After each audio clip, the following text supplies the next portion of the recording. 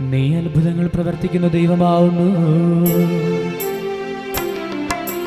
കടലിനു മീതെ നടന്നവനാ കർത്താവ് ഒരു നാൾ വിനയമോടെ മാമോദീസ കൈക്കൊള്ളുവാൻ ഒരു ചെറു നദിയിൽ മുങ്ങുകയാ.